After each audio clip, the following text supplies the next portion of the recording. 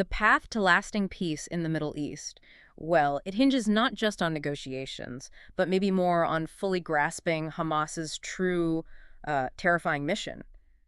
Welcome to the deep dive. Yeah, welcome. We've got quite a stack of sources today that I think really cut straight through a lot of the misinformation flying around.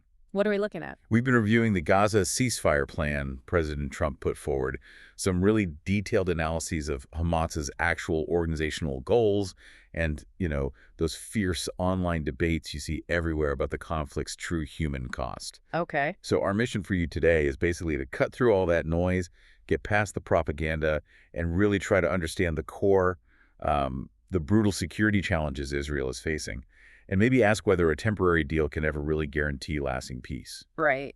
Let's jump into the 90-second news hook then, because I think it perfectly sets the stage for everything we need to unpack here. The Trump peace plan, initially, it looked like this huge breakthrough. It seemed to secure a tentative agreement from Hamas to release all 46 remaining hostages, living or tragically deceased, back on October 3rd. I mean, that sounds like a win for diplomacy, doesn't it? On the surface, yes. Right. It absolutely does. But that agreement, well, it was fundamentally flawed right from the get-go. How so? Because the critical demand, the core part of the whole framework, wasn't just about releasing the hostages. It was the absolute requirement for Hamas to disarm and disband. Ah.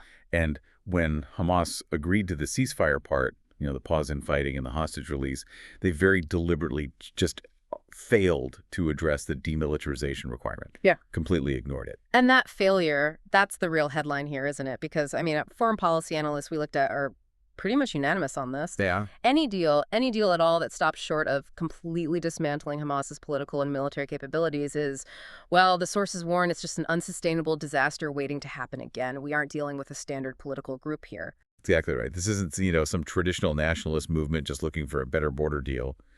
Our sources consistently describe the enemy as an apocalyptic, revolutionary Islamic movement.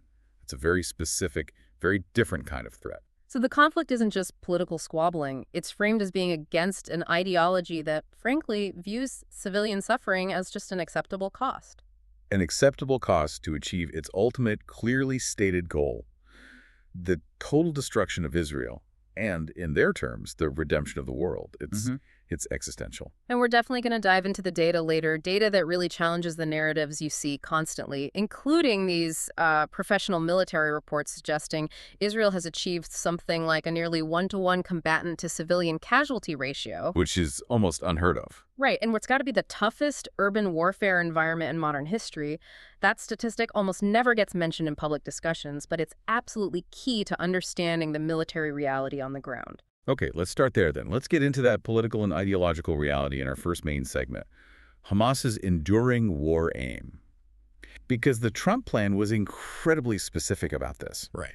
It stated the IDF would only withdraw after clear standards, milestones, and timeframes linked to demilitarization were actually met. Progress was explicitly tied to verifiable disarmament. Okay, so if Hamas just ignored that core requirement, why even bother engaging with the ceasefire proposal for the hostages? What's the strategic thinking there, agreeing to just half the deal? Well, it speaks directly to what the sources call their ideological obstructionism. You really have to stop thinking of them as a rational political actor in the Western sense.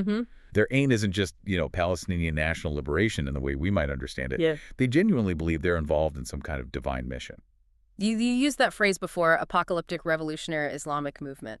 What do the sources really mean when they use language that's strong? How does that translate to decisions made by leaders like, say, Yahya Sinwar on the ground? It means their core objective is non-negotiable.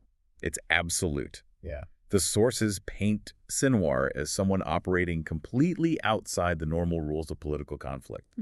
They literally call him an irrational religious fanatic who believes this war is part of some divine destiny. Wow. So for an organization, for a leader with that mindset, negotiating political compromises is, well, it's essentially pointless. Yeah. Except maybe as a tactic to buy time or gain advantage. That's chilling. And if they genuinely believe that, it suddenly explains why Palestinian civilian casualties aren't just acceptable losses, but maybe even strategically useful to them. Absolutely. The death toll of their own people becomes leverage. Hamas sees the continued international pressure on Israel, the kind generated by those high casualty figures, as absolutely key to their own survival. It's the long game.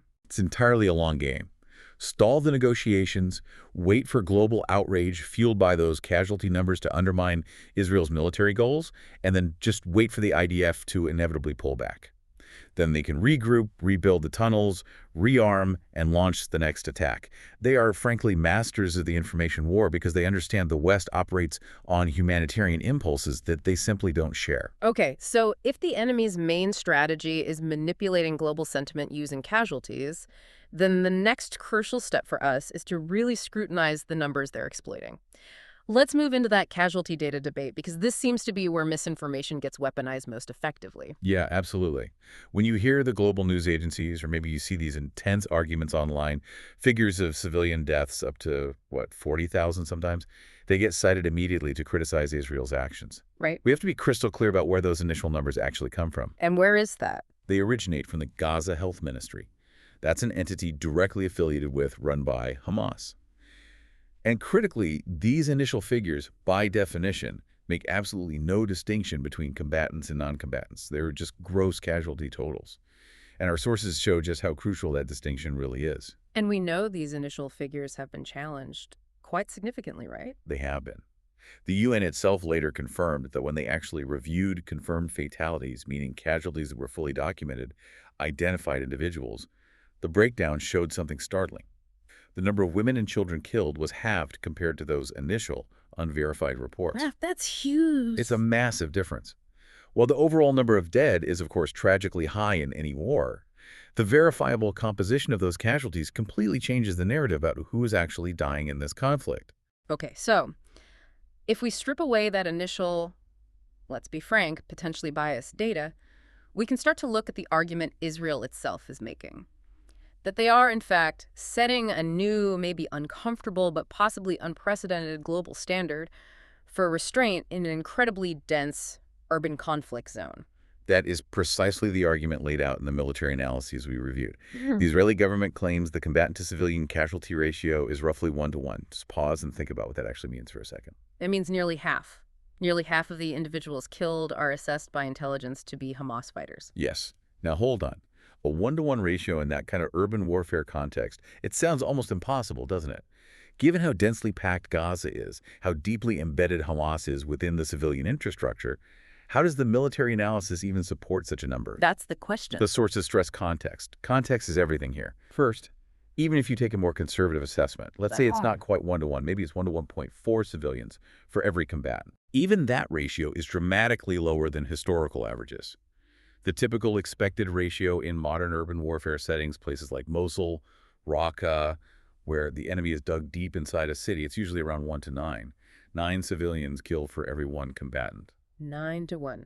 So fighting in a place as uniquely congested as Gaza, literally one of the most densely populated areas on Earth, and achieving a ratio closer to 1-to-1 or 1-to-1.4, well, it suggests an extraordinary level of tactical effort to avoid civilian harm, even if the results are still tragic. It suggests that, despite the terrible outcomes you see, the IDF is likely dedicating immense resources, intelligence, precision weapons, warning specifically to avoiding casualties, which ironically plays right into Hamas's strategy. I think so. Because this lower ratio, tragically, is only achievable under these horrific constraints imposed deliberately by Hamas's strategy of using human shields, they consistently, flagrantly violate international law. And we know what this looks like on the ground. It includes placing command centers, tunnel entrances, weapons caches, huge ammunition stores directly underneath protected sites like hospitals, schools, mosques. It makes cleaner strikes almost impossible. Exactly. It makes destruction impossible without some level of civilian casualties nearby. And furthermore, their fighters deliberately wear civilian clothing. This isn't accidental. No. It's done specifically to maximize the count of civilian deaths in those initial unfiltered reports coming from their own Gaza Health Ministry. It's done to ensure global sympathy, because that sympathy translates into political pressure on Israel, which is their key strategic asset. They literally weaponize their own population's suffering. Which brings us directly then to the military strategy question in our final segment. If Hamas's entire goal boils down to survival through generating international pressure, what is the actual viable military answer for Israel? Many people have suggested switching to a low-intensity campaign, focused just on targeted killings, like the U.S. tried in Iraq and Afghanistan. Yeah, that suggestion comes up a lot. But the sources we looked at strongly strongly caution against that specific approach. Targeted killings, sometimes called decapitation strikes, yeah, they degrade leadership, they take out key figures, but historically they consistently failed to destroy the organization's overall military capability or its governing infrastructure. And the U.S. experience shows that. The U.S. focused heavily on this kind of low-intensity strategy against groups like ISIS and al-Qaeda. And what happened? Those groups retained their ability to reconstitute themselves, to regenerate. Do we have specific examples from the analysis? Yeah, look at the data presented. ISIS managed to build an entire new army just 3 years after the initial U.S. troop withdrawal from Iraq in 2011. 3 years. Similarly, an ISIS affiliate in Afghanistan was assessed to be just 6 months away from launching major coordinated international attacks after the U.S. withdrawal there. Targeted strikes can wound an organization, maybe slow it down, but they don't eliminate the fundamental threat, especially from a deeply rooted group. So, for a resilient, large, and ideologically driven organization like Hamas, especially one that's literally embedded itself in a subterranean city beneath civilians, that kind of targeted strike strategy is just fundamentally incompatible with the necessary goal, from Israel's perspective, of eliminating their ability to govern and wage war for long-term security. That's precisely the argument emerging from these sources.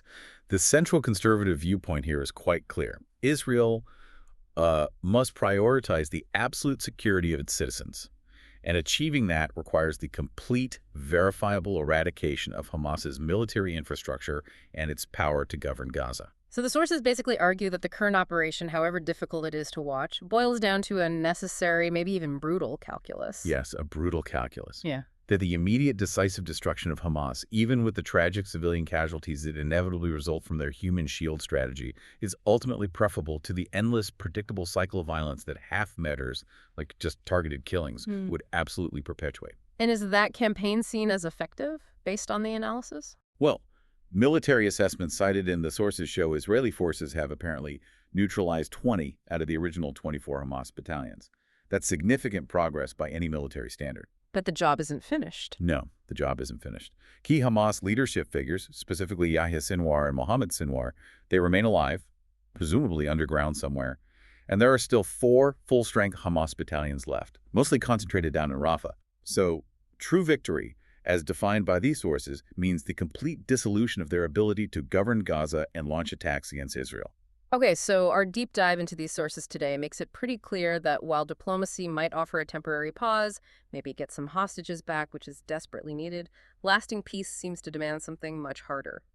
The complete military and governmental dismantling of an enemy rooted in this deeply apocalyptic existential ideology. Yeah, and Hamas is absolutely counting on the world, on Western sentiment, to force Israel to stop short of that true victory. They are playing the long game. They're betting that the emotional power of those high casualty figures they themselves inflate and frankly encourage through their tactics will ultimately protect their remaining forces and leadership. So a key takeaway for you, listening. When you next hear news about another Gaza ceasefire proposal or you see those conflicting casualty counts being debated, it's critical to remember the difference between propaganda deliberately designed to halt a military campaign and the verifiable, if grim, facts about the nature of urban combat against an enemy employing systematic human shields. Right. And this really raises a final, maybe provocative question for you to think about based on everything we discussed from these sources. If Hamas's entire strategy is built around maximizing civilian suffering and outrage, specifically to stop Israel's military campaign, what pressure point, other than overwhelming military force, actually remains to compel an organization that views its own people as strategically expendable assets towards unconditional surrender?